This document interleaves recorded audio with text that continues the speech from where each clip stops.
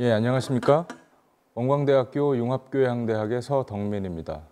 오늘은 익산이 낳은 가장 걸출한 시조 시인이자 국문학자였던 가람 이병기 선생에 대한 이야기를 좀 나눠볼까 합니다. 예, 본격적으로 이야기를 나누기에 앞서서 오늘 간단하게 어떠한 주제로 말씀을 드릴 건지 소개를 좀 드리겠습니다.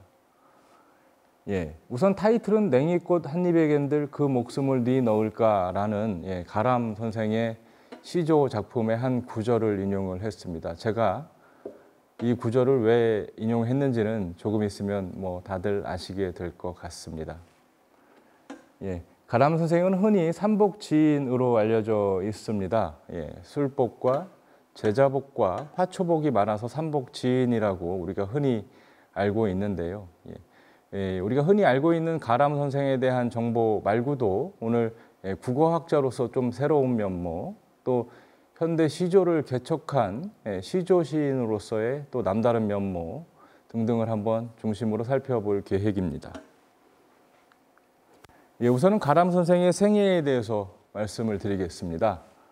가람 선생은 1891년에 전라북도 익산시 여산면 원수리에서 출생을 하였습니다. 본관은 연안이 씨이고 부친이 변호사로 직업 활동을 했던 그런 이력이 있습니다.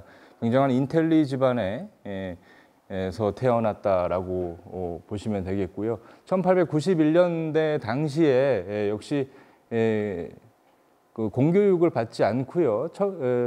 7세 때부터 고향의 사숙에서 한학을 수학한 것으로 알려져 있습니다. 그러니까 개인 교사를 모시고 한문학 중심의 한글문학이 아니라 한문학 중심의 수업을 전통 교육을 받아온 것으로 알려져 있고요. 1910년대 유일한 가람 선생의 공교육 이력이라고 보시면 되겠는데요. 1910년 전주 공립보통학교 그리고 이어서 1913년에 관립 한성사범학교를 졸업하고 1912년에 한성사범학교 재학 중에 조선어 강습원에서 주시경 선생으로부터 조선어 문법을 수학하게 됩니다. 가람 선생의 가람의 일대기에서 주시경과 가람이 조우하는 장면은 굉장히 상징적인 장면이라고 할 수 있겠습니다. 추후에 간단하게 좀 설명을 드릴 계획입니다. 1913년에 전주 공립보통학교 등에서 교사로 재직하면서 본격적으로 국문학에 대한 이해와 또 우리 문학에 대한 발전을 위해서 본격적으로 노력하는 시기로 돌입하게 됩니다. 1921년에 조선어문연구회 조직에 기여하고 간사로 일하게 되고요. 26년에 시조학회를 발기해서 시조 혁신을 위한 연구와 창작 활동을 전개하게 됩니다. 이 시기에 시조 혁신을 위한 연구가 굉장히 왕성하게 전개되던 시기였습니다. 1939년에는 가람 시조집이 최초로 발간이 되게 되고요. 1942년 10월에 조선어학회 사건으로 체포돼서 1943년 9월까지 옥고를 치르게 됩니다. 그리고 1945년 광복과 함께 미군정 하에서 국어교과서 편찬에 관여하기도 하였고요. 46년에는 서울대학교 물리대학 교수로 근무를 하기도 하였습니다. 아래 또 살펴보시면요. 1952년부터 56년까지 전북대학교 개교와 함께 초대 물리학장으로 취임하게 되었고 1960년에 학술원 공로상과 1961년 전북대학교 명예문학박사 등을 수여하셨습니다. 1957년에는 갑작스러운 뇌일혈로 쓰러진 이후에 서울에서 활동하다가 서울과 익산을 오가면서 활동하다가 여산으로 낙향해서 10여 년간 요양생활을 하다가 1968년 78세를 일기로 타계했습니다. 이렇게 전체적으로 가람 선생의 생애를 한번 쭉 훑어보았습니다. 우선은 국문학자로서 가람이 어떠한 면모를 보여줬는지에 대해서 간략히 한번 말씀을 나눠보겠습니다. 제가 타이틀을 우리네 글로 우리네 슬기를 넓히며 밝히자 이렇게 타이틀을 달았는데요. 조금 전에 그 연보를 통해서 확인하셨듯이 한성 사범학교 재학 시절에 조선어 강습원에 나가서 주시경의 조선어 문법 강의를 수학함으로써 우리 말글의 중요성에 대해서 인지하는 중요한 시기가 되고 있습니다. 1919년 8월 12일 이후에 한글로 일기를 쓰기 시작하는데요. 제가 조금 있다가 가람이 쓴 최초의 한글 일기를 한번 볼 수 있도록 하겠습니다. 보여드리겠습니다. 1921년에는 조선어 연구회를 결성하고 간사로 활동했다. 조금 전에 역시 이력을 통해서 확인을 하셨습니다. 그리고 42년에 조선어 학회 사건으로 투옥되었는데요. 종로서 형사가 가람의 집을 수색해서 조선어 말본을 압수하고 곧바로 체포해서 형무소에서 11개월 동안 옥고를 치르는 그런 상황이 벌어지게 됩니다. 궁극적으로 민중에게 우리 말과 글, 복음운동을 활발히 전개해서 문명에서의 해방과 함께 민족의식을 고취하는 데 큰 역할을 한 것이 가람 선생의 국문학자로서의 일대기를 평가하는 주된 평가라고 보시면 되겠습니다. 말씀드린 바와 같이 그 1919년 8월 12일 날 가람이 처음 쓴 한글 일기를 이렇게 보실 수 있게 해드렸는데요. 1891년에 가람이 태어난 해니까요.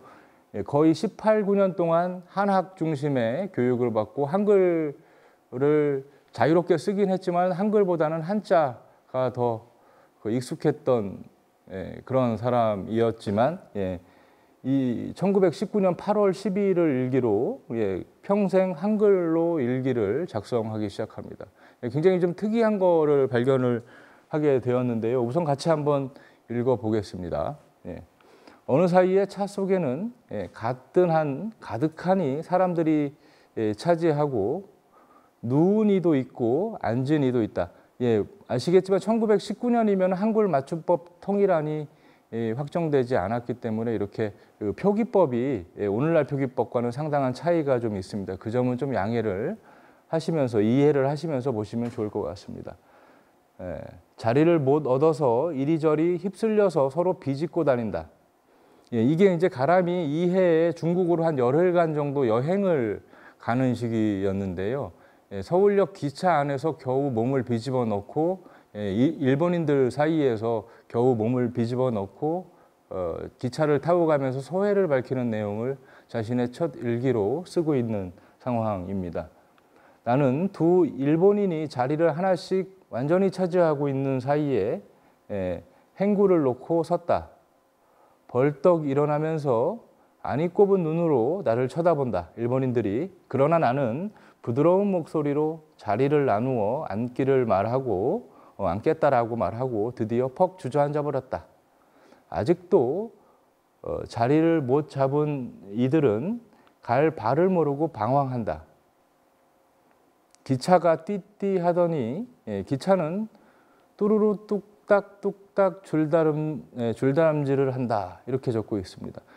저는 내심 이 가람의 일기를 처음 읽으면서 우리 수업을 준비하면서 가람의 일기를 좀 더 검토해 보면서 이러한 대목들을 굉장히 좀 놀라워할 수밖에 없었습니다. 이러한 의성어를 그러니까 그 한문으로만 일기를 쓰던 사람이 한글화된 일기를 쓰면서 이렇게 한자어로는 표현하기 힘든 이러한 의성어 중심의 생경한 묘사가 곧바로 이루어지고 있다는 거. 그러니까 한문으로 일기를 써오긴 했지만 그 사이에 한글에 대한 우리 말과 글에 대한 탐구가 굉장히 꾸준히 지속적으로 오랫동안 가람에게서는 이루어졌다는 것을 우리는 알 수가 있습니다. 차 속에 전기불이 밝게 비친다. 가만히 밖을 내다보니 어슴푸레한 달빛이 거무충충한 구름 사이로 새어나며 산에나 들에 우뚝우뚝 솟은 나무가 검은 장옷을 두르고 선 미인 모양으로 미인처럼 서 있다. 이렇게 되어 있습니다. 이 대목도 굉장히 중요한 대목으로 가람의 한글 일기를 확인하면서 굉장히 중요하게 바라볼 만한 대목들인데요. 굉장히 그 대상을 사실적으로 묘사하려고 노력을 하고 있습니다.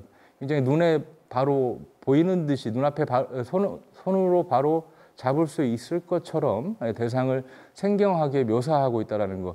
이게 사실은 추후에 가람이 자신의 시조, 현대 시조에 반영하고 싶어 했던 그러한 묘사의 기법 중에 하나였다라고 우리는 알 수가 있습니다. 한참 동안이나 이거 우뚝하니 바라본다. 차 가는 설레에 모진 바람이 함부로 불어오면 모래 같은 검댕이가 풀풀 날면서 눈으로 코로 입으로 들어온다. 이렇게 아주 일부분만 이렇게 좀 인용을 했습니다. 원래는 가람이 하숙하던 하숙방에서 노파가 안내하고 배웅하는 그 따뜻한 온정까지도 굉장히 생경하고 따뜻하게 묘사를 하고 있는 대목이 있는데 뭐 지명관계상 이 정도만 좀 말씀을 드렸습니다. 미루어 생각하면 이 누리의 100년 동안에도 좋은 자리를 잡지 못한 이는 저 선이와 같이 어렵게 지내고 자리를 잘 잡은 이는 편안하게 지낸다. 나만 편안하면 그만이지. 남은 죽든지 살든지 아파하든지 서러워하든지 괴로워하든지 고단하든지 모두 모른 채 하면 사람의 일이 아니다. 이날의 일기의 마지막 부분인데요. 우리가 흔히 차를 타면 우리도 뭐 흔히 경험하는 일인데요. 서서 가는 사람하고 뭐 지하철이나 이런 것들을 타면은 서서 가는 분들도 계시고 뭐 앉아서 운이 좋으면 앉아가기도 하고 이렇게 하는데 기차 안에서 서서 가는 사람들을 보면서 마치 우리 민족도 100년 동안에 좋은 자리를 잡지 못한 사람들은 저 선 사람들과 같이 계속 불우한 인생을 살아왔다라는 이러한 소회를 밝히고 있는 것입니다. 그러니까 청년 가람이 외국으로 여행을 떠나는 순간에 우리 민족의 그 고달픈 삶을 다시 한번 좀 관찰하고 관조하는 상황에서 이러한 심경을 피력하고 있는 장면을 볼 수가 있습니다. 그러니까 민족에 대한 안타까움이라든가 우리 말과 우리 글에 대한 애착 이런 것들이 묻어나는 대목들이라고 볼 수가 있겠습니다. 4월 16일 이듬해 4월 16일인데요. 우리 글로 슬기를 넓히고 밝히자 이런 타이틀을 달았습니다. 아래 좀 나오니까요. 한 번 더 살펴보겠습니다. 비록 그 의사가 좋은 줄로 짐작하고 반기어 보랴 한들 좀 갑작스러우시죠? 비록 그 뜻이 좋은 줄 알고 짐작하고 한번 이해해 보려고 한들 과연 어려운 문자가 많이 섞여 있으니 마치 이 없는 늙은이가 군 가리 씹기와 같다. 이 없는 사람이 딱딱한 것을 씹는 것과 같이 어려운 문자를 해독해 나가는 것이 너무 어렵다.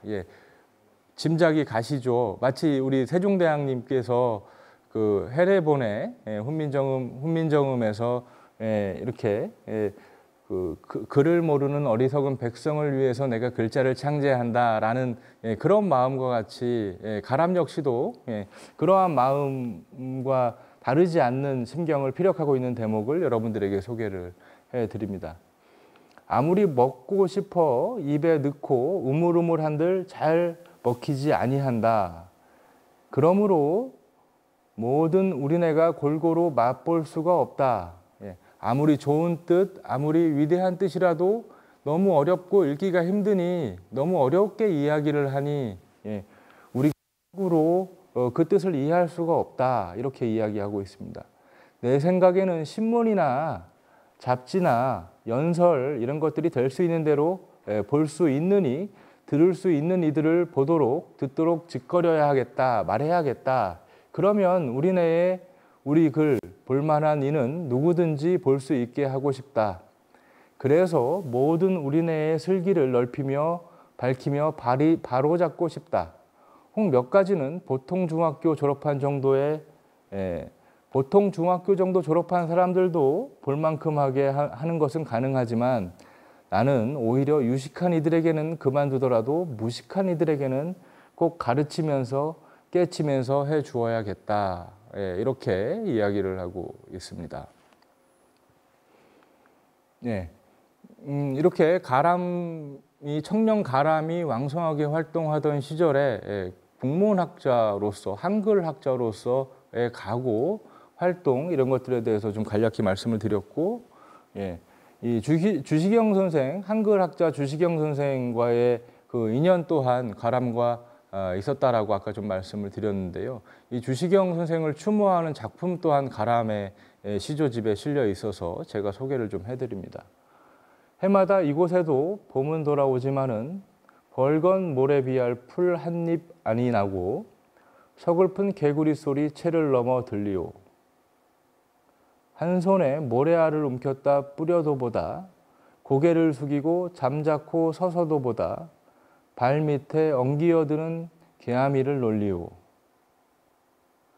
해마다 봄은 와도 풀 한잎 아니 나고 표를 하여 세운 돌 한 개 있고 없고 남겨주신 그 뜻은 맘에 사겨두리다.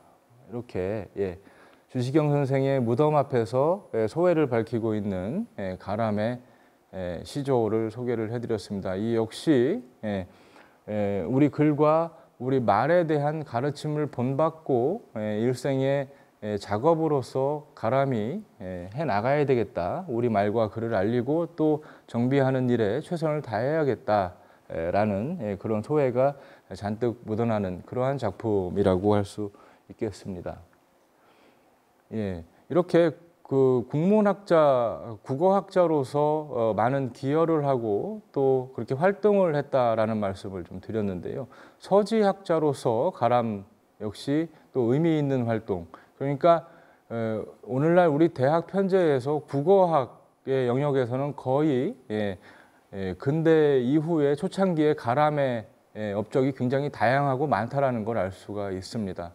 특히 가람이 이렇게 서지학자로서 고전의 수집을 통해서 서지학자로서의 면모를 갖추기 시작을 하는데요. 초창기에 그 학교에서 교편을 잡으면서 월급의 8할 정도를 책을 사서 모으는 데 할애했다라는 소회를 밝히기도 합니다. 가람은.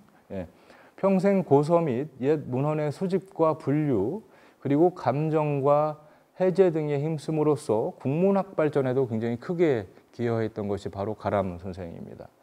수집한 고서들의 해제를 붙여서 조선 어문학 명저 해제라는 글을 발표하기도 하였습니다. 1940년 되면 아시겠지만 일제의 그 한글 탄압도 점점 극한으로 가고 있던 시기였다라는 걸 알 수가 있습니다.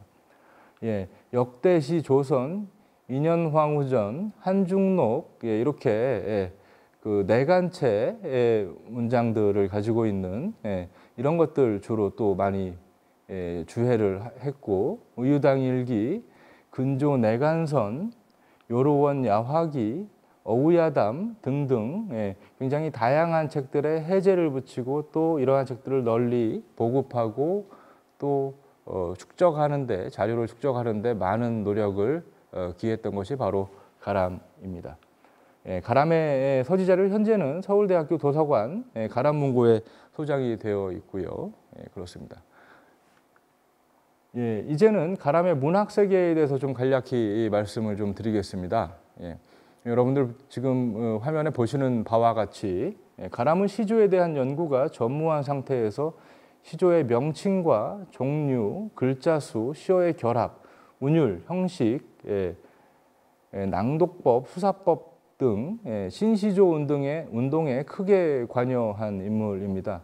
특히 1932년에 발표한 시조는 혁신하자라는 논문은 현대 시조의 기틀을 다지는데 아주 중요한 역할을 한 기념비적인 작품으로 우리가 이해할 수가 있겠습니다. 구체적인 내용은 다음 6가지 정도로 구분이 되고 있습니다. 실감, 실정을 표현해야 된다. 널리 알려져 있죠. 아마 이 화면을, 이 강연을 들으시는 분들 대부분 다 중고등학교 때 한 번쯤은 들어보셨을 만한 이야기일 수도 있겠습니다. 실제의 감정과 실제의 정서를 표현하자라는 제안이 있었고요. 주제의 범위를 확장하자, 그다음 용어의 참신성을 기하자. 그리고 격조의 변화를 기하자. 연작으로 쓰자. 쓰는 법, 읽는 법을 개발하자라고 제안을 하고 있습니다. 예, 그 세부적인 구체적인 사항들을 좀 한번 살펴보면요. 실감, 실정의 표현. 예, 말씀드린 바와 같이 실제의 감정과 실제의 정서의 표현은 주관으로서 하는 서정, 즉 예, 나의 개인적 감정으로 하는 서정, 즉 절실한 감정과 객관으로 하는 서경, 예, 경치는 객관의 영역이라고 가람은 판단을 하였습니다. 예, 서경, 즉 색채가 가득한 광경을 그리자는 주장이었습니다. 정서를 듬뿍 담고 현상을 가급적 사실적으로 묘사할 수 있도록 노력을 해보자. 이것이 시조가 현대화되는 길이다라고 가람은 생각을 했던 것입니다. 고시조의 흔한 통상적인 관념, 한시의 모방이나 공상, 망상, 허풍 따위를 버리고 실제와 합리적 상상에 느끼는 진솔한, 조금 더 리얼한 우리 삶에 더욱더 밀착된 정서를 표현할 수 있도록 노력을 해보자라고 가람은 우선 제안을 했습니다. 예, 이 6개의 제안들은 모두 다 연관성이 있거나 흡사한 맥락 안에서 이해가 될 수 있습니다. 그 다음 보시면 취재의 확장, 취재 범위의 확장이라고 가람은 제안을 하고 있는데요. 이 취재 범위의 확장이란 제재를 모든 자연과 인생에서 취하여 이 제재의 전면을 관찰하고 자신만의 개성적인 글을 쓰자는 것입니다. 작가의 개성이 듬뿍 들어가야 된다. 그리고 자연과 인생에서 취할 수 있는 가능한 모든 것들이 다 시조의 소재가 될 수 있다라고 제안을 하고 있습니다. 제재의 동일한 일부분만 취해서 제재와 시어가 유사한 기존 시조의 창작 기법을 극복하고자 하였습니다. 자, 그 다음으로는 취재 범위와 확장과 또 연관성이 있는 내용으로 이해를 하시면 좋겠습니다. 참신한 시어의 사용이라고 되어 있습니다. 참신한 시어의 사용은 한문어구나 상투어를 지향하고 작가 자신의 감정에서 흐르는 리듬에 맞추어서 시어를 선택하자는 것입니다. 구두, 게다, 라디오, 넌센스, 한글, 카프 따위도 시어로 활용할 수 있는 여지가 있다라고 가람은 이야기를 하고 있습니다. 그러니까 외래어, 토속어나 고유어, 한자어를 넘어서 이렇게 외래어까지도 넌센스라든가 카프와 같은 어휘까지도 시조에 충분히 활용할 수 있다라고 이야기를 하고 있습니다. 굉장히 선구적인 제안이라고 보시면 되겠습니다. 우리가 가람이 이 논문을 발표했던 시기를 고려한다면 굉장히 선구적인 제안이라고 다시 한번 거듭 이해할 수 있겠습니다. 격조의 변화입니다. 격조의 변화는 시조가 창에서 노래에서 시로 바뀌어진 이상 시조창의 정조인 장중미와 우아한 가락에서 벗어나서 작가 자기의 감정에서 흘러나오는 리듬, 즉 개인의 개성이 포함된 자연스러운 리듬에서 나만의 격조가, 정서가 만들어진다. 나만의 리듬이 만들어진다라고 이야기를 하고 있습니다. 동시에 그 작품의 내용, 의미와 조화되는 격조로 변화할 필요가 있다라고 가람은 제안하고 있습니다. 연시조의 창작입니다.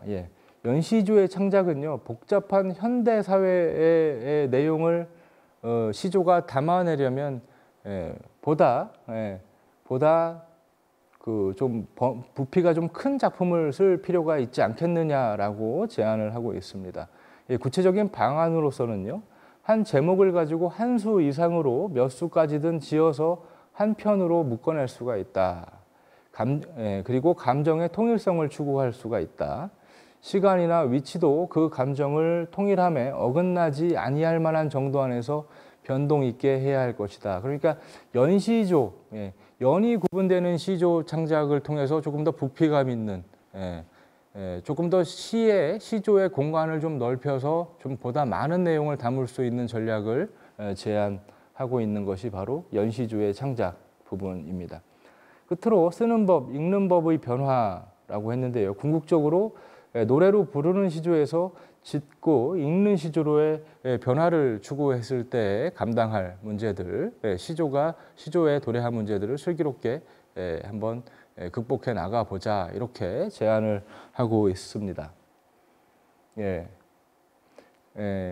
고시조의 장르적 특성과 그래서 가람이 제안한 혹은 가람 이후에 쓰여지기 시작했다라고 해도 과언이 아닌 현대 시조의 어떤 장르적 정체성의 차이에 대해서 간략히 살펴보겠습니다.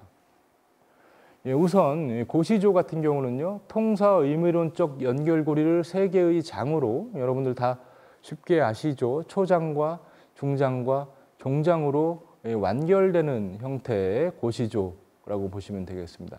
각 장은 4개의 음절마디, 평시조의 경우는 4개의 음절마디로 구분하는 경우도 있고요. 뭐 좀 다른 경우도 있지만, 또 통사의 의미마디, 문장의 의미마디를 통해서 구성한다. 사설시조의 경우 이렇게 해서 이 구성법에 대한 이 정체성이 있는데, 사설시조 같은 경우는 초장과 중장이 비약적으로 길어지는 조선 중기 이후에 나오는 형식이라고 여러분들 다 알고 계실 겁니다.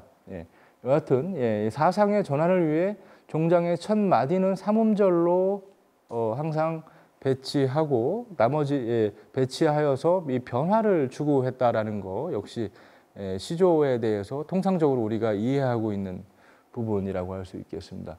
이러한 긴축적 감흥의 표출을 가창으로 보완하는 것이 바로 고시조의 한 특성이었다. 이렇게 통상적으로 우리는 이해를 하고 있습니다. 그러니까 아주 정갈하게 정결하게 정제된 정형시로서의 시조가 바로 고시조의 기본 특성이라고 할 수 있는데, 당연히 고려 말엽의 신진사대부의 등장으로부터 유교가 유입이 되고 그 유교 문화권 안에서 발달된 것이 바로 시조 문학이라고 할 수 있습니다. 우리 다 그렇게 이해를 하고 있습니다. 그러니까 이 선비 문화권 안에서 이 정제된 양식과 정제된 이 표현이 당연히 곽광을 받을 수밖에 없게 되었고, 아까 언뜻 말씀드린 이 사설시조는 그에 대한 반향으로 이렇게 나온 그러한 양식이라고 할 수가 있겠습니다.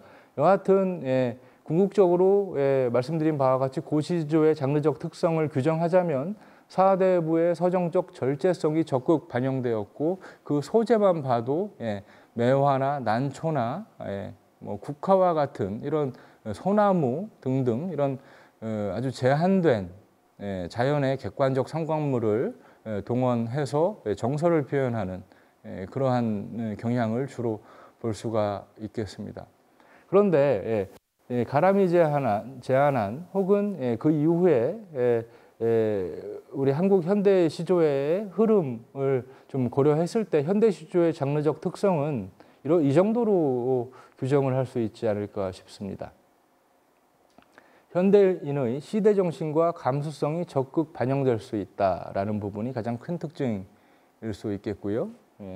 자유시의 혼란을 극복할 수 있는 안정된 율조와 전통의 미학, 이렇게 제가 좀 적어드렸는데, 고시조의 낡은 양식에서 벗어나는 것이 시조의 궁극적인 현대 시조의 궁극적인 정체성 찾기라고 할 수 있지만, 시조가 시조의 형식을 정형시가 정형시의 형식을 지나치게 파괴를 하게 되면 그걸 시조라고 부를 수 있겠는가라는 반대의 질문들이 좀 있었습니다. 그래서 이러한 고시조의 낡은 양식, 이 고시조의 양식을 다시 말하면 전통의 미학을 지켜나가면서 계승하면서 자유로운 사상을 시에 담아내는 그러한 노력이 복합적으로 이루어져야 된다라는 것이 현대 시조의 가장 큰 숙제이고 현대 시조가 추구하는 바이고, 가람시가 그 한 표본을 보여줬다라고 또 생각할 수가 있겠습니다. 그러면 가람 시조에 대한 당대의 평가, 가람과 꽤 교류가 많았던, 그리고 이후에 이 문장이라는 잡지를 통해서 또 교류가 많고 또 가람을 계승했던 그러한 사례들도 좀 많이 있는데요. 여하튼 이 정지용이라는 시인은 바로 이렇게 시조학이라는 이런 학문이 새롭게 설 수 있다면 가람으로부터 비롯된다 이렇게 평가를 하기도 하고 있습니다. 그러니까 현대 시조를 새롭게 정초한 새로운 장르를 개척해 나간 개척자로서 가람을 평가한다라는 것을 알 수가 있겠습니다. 그리고 조선대의 최고의 문장가 중 하나였던 송강 이후에 가람이 솟아오른 것이 아닐까 한다라는 이러한 상찬 역시도 정지용으로부터 이루어졌습니다. 이렇게 가람이 추구했던 시조에 대한 이야기를 말씀을 드렸는데 본격적으로 작품을 좀 살펴보실 필요가 있을 것 같습니다. 우선은 도봉이라는 작품인데요. 당연히 연시조 형태로 되어 있는 것을 확인할 수가 있는데 우선은 제가 한번 읽어드리겠습니다. 비로 젖은 옷을 바람에 말리도다. 한 곡에 넘어드니 숲속에 절이 배고 그 앞에 바위 엉서리 물은 불어 흐른다. 돌고 도는 빙의 덤불과 바위서리 푸른 잎 우거지고 희고 붉은 꽃도 피어 옮기는 발자국마다 향기 절로 일어라. 또 한 골 찾아드니 더욱이 아늑하다. 조그만 들 건너 애두른 매와 매희 나붓이 그 둥을 숙이고 강이 또한 보인다. 만장봉 만장바위 천축의 여러 폭포 이돌 이물이야 또 어디 없으리요. 내 마음 이곳에 드니 내 못 잊어 하여라. 이게 그 도봉산을 보고 도봉산의 여정이 담겨 있는 그러한 작품이라고 할 수 있겠습니다. 우선은 작품의 구조를 간략히 제가 옆에다가 표시를 해 놓았는데요. 한 고개를 넘어드니 그다음에 옮기는 발자국 또 한 골 찾아드니 내 마음 이곳에 들었다. 벌써 이렇게 산행의 여정이 이야기 형태로 고스란히 드러나고 있는 걸 여러분들 확인하실 수가 있겠습니다. 한 고개를 넘어드니 숲속에 절이 보이고 푸른 물이 굽이쳐 흐르더라. 다음 옮기는 발자국을 따라 가봤더니 덤불과 붉은 꽃이 피었더라. 빙에는 이 낭떠러지의 고유어라고 합니다. 낭떠러지와 덤불과 바위서리가 있더라. 이렇게 이야기를 하고 있고 또 한 골 찾아드니 들과 산이 강이 이렇게 펼쳐지더라. 이렇게 이야기를 하고 있고 이제 만장바위 천축폭포까지 다다랐더라. 뭐가 내 마음이 이렇게 수레하고 있습니다. 이렇게 작품을 구성해 놓고 있습니다. 화자의 체험이 동시에 드러나는 여정과 견문과 감상이라는 이런 특이한 내적 구조를 선보이는 기행 시조로서 의미가 있기도 합니다. 이병기의 시조혁신론의 일환으로 창작된 작품이다 이렇게 표현을 했는데요. 이병기는 시조혁신을 하자고 하고 당연히 그 실천을 가열차게 했겠죠. 이런 표현은 사실은 크게 의미가 없는 것 같기도 합니다. 여하튼 전통 시조의 시조창에서 벗어나 현대시 가까운 형태를 띠고 있다는 거, 연이 연시조 형태로 구분되어 있기 때문에 연이 구분되고 있는 것을 특히 주목해 볼 수 있고요. 말씀드린 바와 같이 연시조의 경우 각 연의 관계가 긴밀하지 않고 이미지가 중첩되어 있지만 이 작품은요, 화자의 정서와 이미지의 전개가 자연스럽게 연결되는 구조, 여정을 따라가기 때문에 시간적 흐름이나 동선, 화자의 동선을 따라가기 때문에 작품 자체가 완결미가 있고 구성 역시 굉장히 탄탄해 보인다는 걸 여러분들 확인하셨을 겁니다. 화자의 여정이 4개의 연으로 분할되어 드러나고 있으며 특히 마지막 연에서는 만장동의 만장바위와 천축폭포를 묘사하며 도봉산의 풍광을 실감나게 묘사하고 있습니다. 이제 매화라는 작품을 한번 감상을 해보실 건데요. 매화라는 작품은 이 부제가 달려 있습니다. 고목이 된 야생 매화를 수년 기르다 얼려 죽였다. 고목이 된 야매화를 수년간 기르다 얼려 죽이고 난 이후에 소해겠지요. 외로 던져두어 미미히 숨을 지고 따뜻한 봄날 돌아오기를 기다리고 음음한 눈 얼음 속에 잠을 자던 그 매화. 손에 이야치고 바람으로 시달리다 곧고 급한 성결 그 애를 못 사귀고 맺었던 봉오리 하나 피도 못한 그 매화. 다가오는 추위 천지를 다 얼려도 찾아드는 볕은 방으로 하나 차다. 어느 뉘 다시 보오리 자취 잃은 그 매화.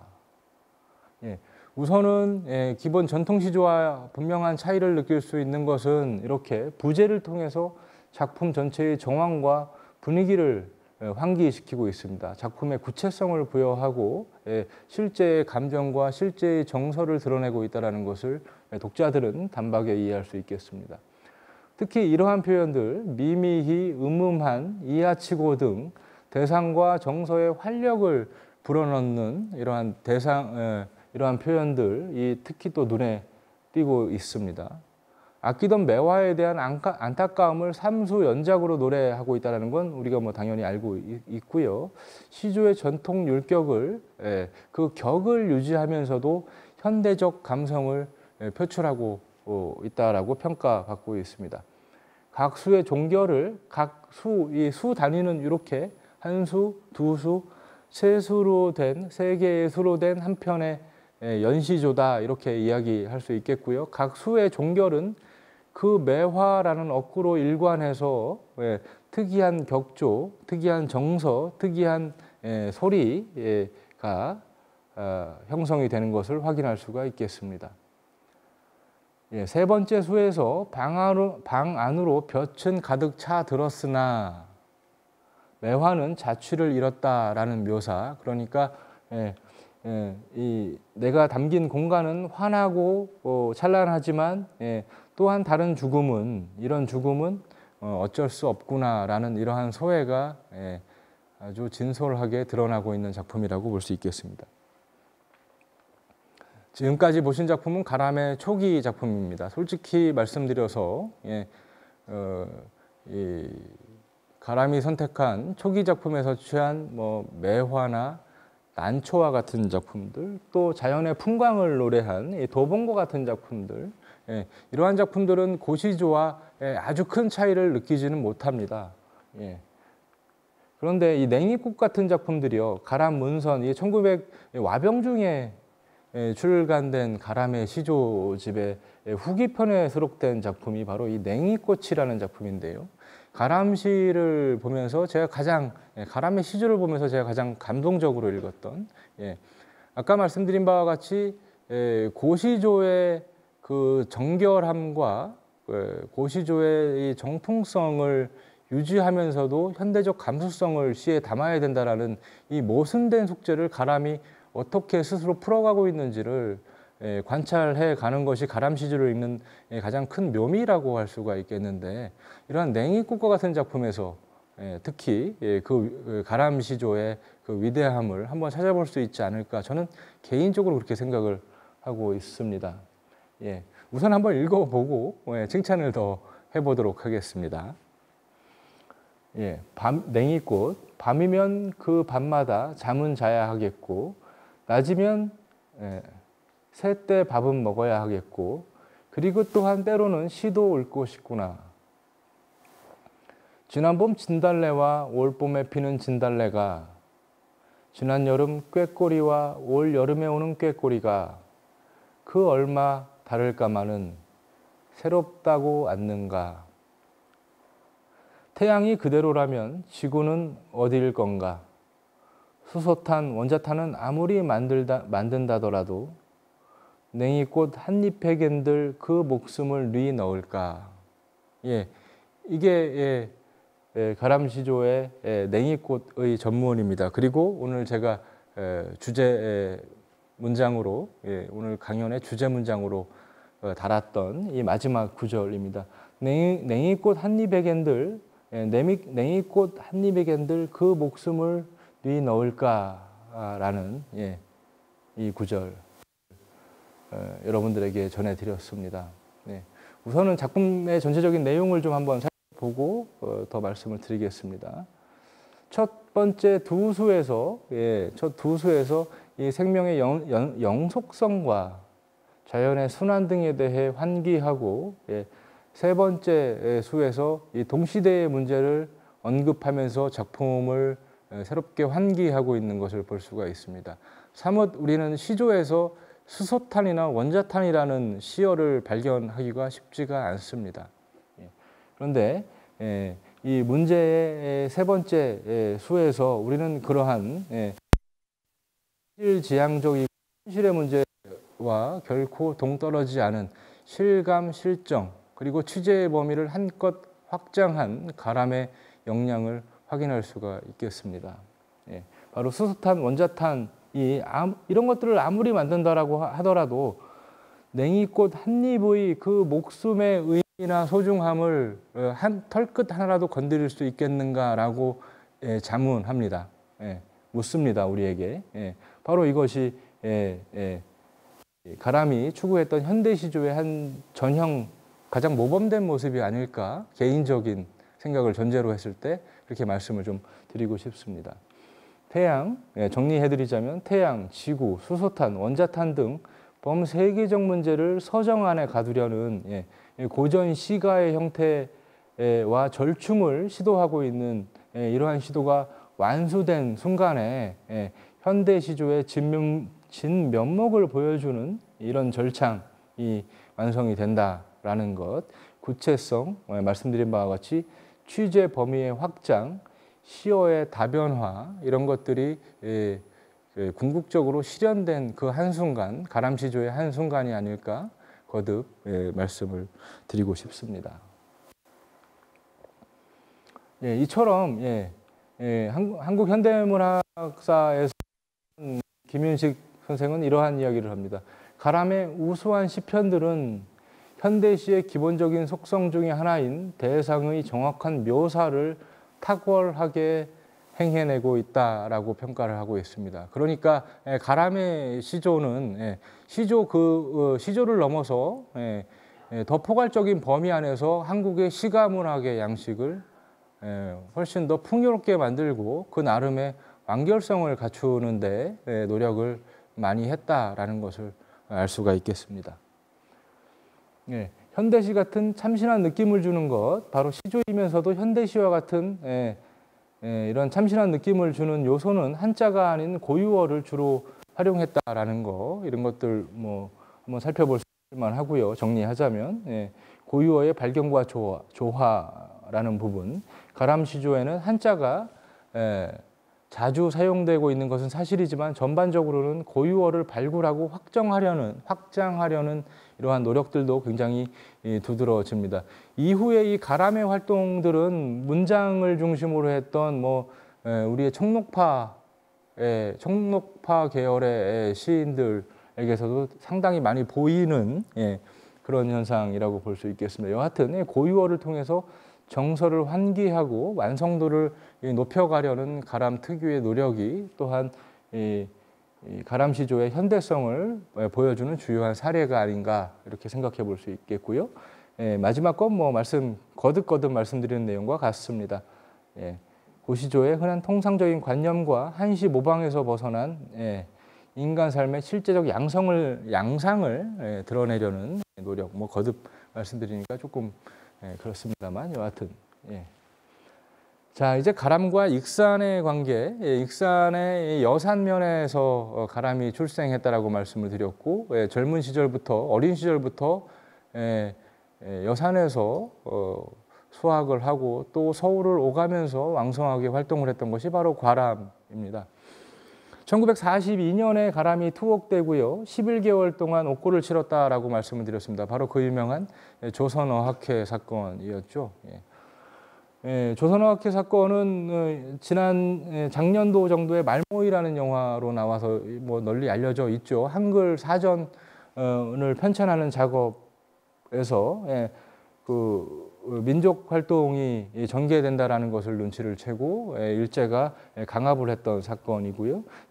여기에서 적극적으로 가담한 가람 역시 11개월 동안 옥고를 치르면서 옥고를 치른 그런 이력이 있다라고 말씀을 드렸습니다. 뭐 하나의 일화를 말씀을 드리자면 한 30여 명 정도가 같이 투옥되었는데 그때 창씨 개명 등 뭐 일제가 당시에 했던 전형적인 그런 회유책 또는 고문 이런 것들이 있었지만 가람은 그에 응하지 않고 꿋꿋하게 버텨냈다라는 그런 일화도 이 기회에 간략하게 좀 소개를 드립니다. 그 1943년 9월 18일자 일기를 여러분들에게 보여드립니다. 바로 끝으로 문필봉에 올랐다 이렇게 되어 있는데요.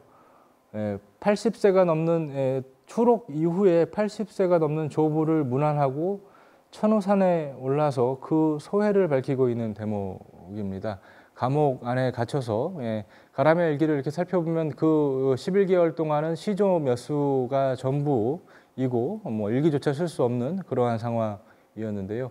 그 이후에 첫 번째 일기가 바로 이렇게 천호산에 올라서 문필봉에 올라서 뜨겁게 고향을 끌어안았던 그런 모습입니다. 그래서 가람이라는 이 인사가 익산과 이 지역과 또 얼마나 뜨겁게 맺어져 있는 인간인가라는 것을 거듭 한번 생각해 볼 수 있는 계기가 되지 않을까 싶어서 소개를 해드립니다. 서남 평야와 바다는 더욱 선명하게 보인다. 고군산 여러 섬이 또박또박하고 아침에는 반공에 기울었다. 우리 집이 아주 바라 보이는데 내 일생을 두고 오르자던 이 봉이 오늘에야 내 발밑에 있다. 내 가장 많이 보고 가장 사랑하던 봉이다. 떠나고 싶지 않다. 뭐 우리 쉽게 생각할 수 있을 것 같습니다. 옥고를 치르면서 고향, 부모님, 처자식들 이런 사람들이 떠오르고요. 그게 고향이라는 포괄적인 형태로 표상이 되지 않았을까. 그리고 이렇게 구체적으로 특정한 봉우리에 오르고 싶다. 특정한 봉우리 위에서 고향 땅을 내려다보고 싶다. 어루만지고 싶다. 이런 정서가 발현되지 않았을까. 개인적으로 추측을 해 봅니다. 여하튼 이렇게 고향에 대한 소회를 밝히고 있는 일기의 한 대목도 좀 보여드렸고요. 또 내 고장이라는 이런 작품들도 있습니다. 벼락보다 무서운 폭탄 가지고 옷 같은 몸들이 불티되어 날렸으니 저마다 내 고장으로 돌아올 줄 믿나니 벌이 그만두고 짐도 매잘 것 없고 힘찬 주먹을 쥐어 크게 부르짖으며 저마다 내 고장으로 돌아올 줄 믿나니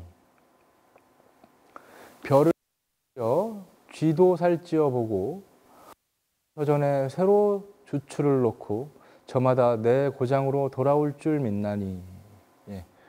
이 가람시조에서 고향을 발견한다는 건 굉장히 특별한 의미가 있습니다. 전통시조에서 고시조에서 고향을 노래한 작품은 찾을 수가 없습니다. 왜냐하면 정주민족에게 고향을 떠난다라는 정서는 상상할 수가 없는 것이거든요. 고향을 떠난 자만이 고향을 인식할 수 있다라는 이 자명한 논리 앞에서 시조 안에서 전통 시조 안에서 고향을 담을 수 없다라는 것은 또한 한 사실일 것입니다. 현대 시조로 탈바꿈함으로써 고향에 대한 애착을 담은 노래 역시도 시조 안에 한 소재로 담길 수 있다라는 것을 우리는 또 한 번 알 수 있고 이렇게 이 고장을 노래하고 있는 가람의 시조를 한번 살펴보았고요. 가람은 생전에 굉장히 많은 수의 교가를 작사합니다. 뭐 서울대 교가나 전북대 교가도 그렇고요. 이 익산 일대의 초중고등학교 교가도 굉장히 많이 작사를 하게 됩니다. 그런데 그만큼 이 지역과 굉장히 밀착되어 있는 사람이었다는 걸 좀 알 수 있고요. 그만큼 또 애착도 있었다는 걸 알 수 있겠는데요. 자신의 고향에 있는 여산초등학교이죠. 여산초등학교의 교가가 굉장히 교가치고는 굉장히 좀 재미있는 부분이 좀 있어서 여러분들에게 좀 소개를 해드립니다. 그냥 제가 읽어드리겠습니다. 제가 노래를 좀 잘하면 불러드리면 좋은데 음치라. 여산은 옛 고을, 호남의 첫 고을. 그 역사 몇천 년 날이어 오면서 이렇다 할 만한 자랑은 없으나 그래도 우리는 못 잊는 이 고장. 동접하는 동무들아 잘 배우고 잘 익히자. 아버지 어머니 따뜻한 품 안에 우리가 태어난 이곳이 아닌가.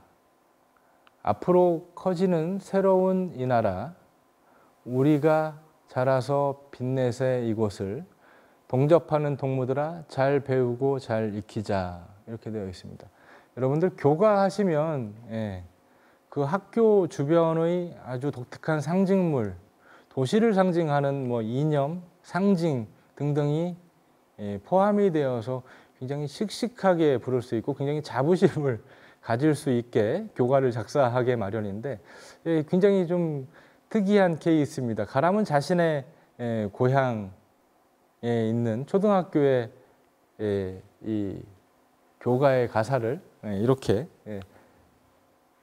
우리가 태어난 이곳이 아닌가. 앞으로 이렇다 할 만한 자랑은 없으나 그래도 우리는 못 잊는 이 고장. 이렇게 그 자신의 고장에 대한 애틋한 정서를 담은 이러한 교가를 만들어 놓고 있는 걸 확인할 수가 있습니다. 이런 것을 보면서 오늘날 우리의 교가도 이러한 수준에서 지어지면 어떨까. 무슨 봉우리의 전기를 받고 이렇게 좀 추상적이고 허황된 것보다는 이렇게 말 그대로 자랑거리는 없지만 우리가 커서 자랑이 되면 되지 않겠어? 이렇게 좀 말 그대로 실감, 실정, 이게 가람이 시조에서 이야기했던 그런 정서와도 맞물려 있는 그러한 정서라고 좀 생각이 되는데요. 여하튼 굉장히 좀 인상 깊은 교가입니다. 이렇게 가람이 지역과 익산이라는 지역과 굉장히 밀착되어서 살아왔다라는 걸 다시 한번 알 수가 있겠습니다. 가람 선생이 수우제들 다 가람 생가가 지금 여산면에 조성이 잘 되어 있고요. 지난 2017년에 가람 문학관이 개관함으로써 익산에서는 가람의 업적과 가람을 문화적 가치로서 새롭게 조명하고 이해할 수 있는 기회가 생겼습니다. 수우제라는 거는 스스로 은거하면서 어리석은 척한다라는 그러한 뜻을 가지고 있는데요. 가람이 만년에 이르러서 뇌일혈로 쓰러지고 10여 년 동안 요양을 하면서 지낸 그 생가와 그 생가터 앞에 이렇게 가람의 기념관, 가람의 문학관이 조성되어 있다는 것을 한번 말씀을 드리고요. 작품도 좀 한번 잠깐 좀 살펴볼 수 있을 것 같습니다. 늙어가면서도 술잔을 놓을 수 없고, 술을 많이 드셨어요. 늙어가면서도 분필을 던질 수 없다. 분필과 술잔으로 내 한 생을 보낼까. 이렇게 자신의 만년에 이르는 가람이 자신의 삶을 되돌아보는, 수우제에서 자신의 삶을 되돌아보는 그런 장면을 상상할 수 있을 만한 그러한 대목입니다. 이렇게 가람에 대해서 전반적으로 포괄적으로 좀 말씀을 드렸습니다. 제한된 시간이었지만 가람의 작품 몇몇 편과 국어학자, 국문학자로서의 가람의 면모를 살펴볼 수 있는 시간이 되었으면 되었기를 여러분들 희망합니다. 무엇보다 가람의 시를 보면서 가람의 시조를 확인하면서 전통을 우리의 상황에 맞게, 우리 실정에 맞게 변화시키고 바꿔서 그야말로 법고창신, 원고지신이라는 조금 구태의연하지만 그러한 가람의 문학 정신, 문학적 모험을 확인할 수 있는 시간이었습니다. 여러분들 긴 시간 경청해 주셔서 감사합니다. 고맙습니다.